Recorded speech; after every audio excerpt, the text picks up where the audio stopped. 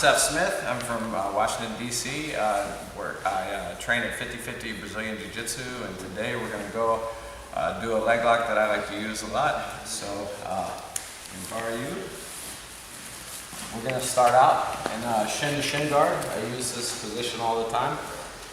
What we're going to do is grab the person's leg and stay tight to it, but it's going to be really important that you guys, like when you grab the person's leg, you don't bend your neck at all, okay? Make sure you keep good posture and keep your spine straight.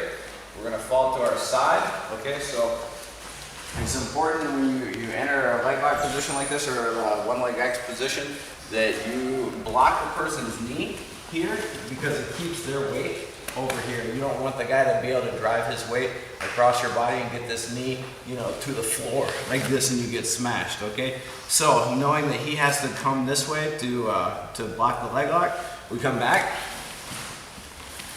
and we're gonna block the person's knee, okay?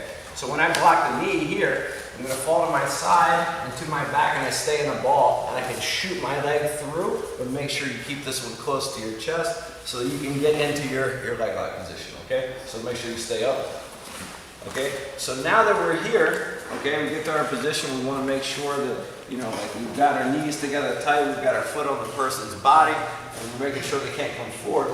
What we're going to do is something that, you know, obviously you can't do in any kind of IBJJF tournament or anything like that. We're going to root the knee.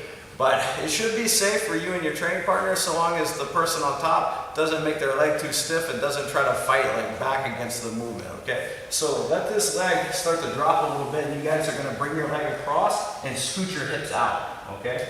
So this is going to expose the guy's heel, okay? So here, come back, this is going to drop, this is crossing, and you guys are kind of shrimping your hips out a little bit. This is going to bend the guy's knee, basically like an omoplata on the person's leg, okay? So now this exposes the heel, but I can't hurt the guy yet, okay? If I go for the heel hook and I try to crank on this, the guy's probably going to slip out.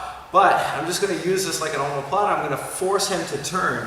So as he goes to turn, I'm keeping my grips tight, and I'm going to keep everything pinched together, and I'm staying heavy on the guy's legs. So right now, like a lot of my weight is on the foot, okay? You can see my hips, there's a little bit of space underneath here so that my hips can move, but a lot of my weight is like on my lat muscle and on his toes, so it's keeping his foot stuck. And now it's very hard for him to stomp out of the position or try to straighten his leg because it's stuck into the floor. So I can just hip into this now and get the finish pretty easy. So all I'm going to do for the finish is keep my elbow tight to my body, keep everything locked, and I just expand my chest into this here, and then hip into the position to finish, okay? And it's going to be pretty short to get that tap, okay? So one more time.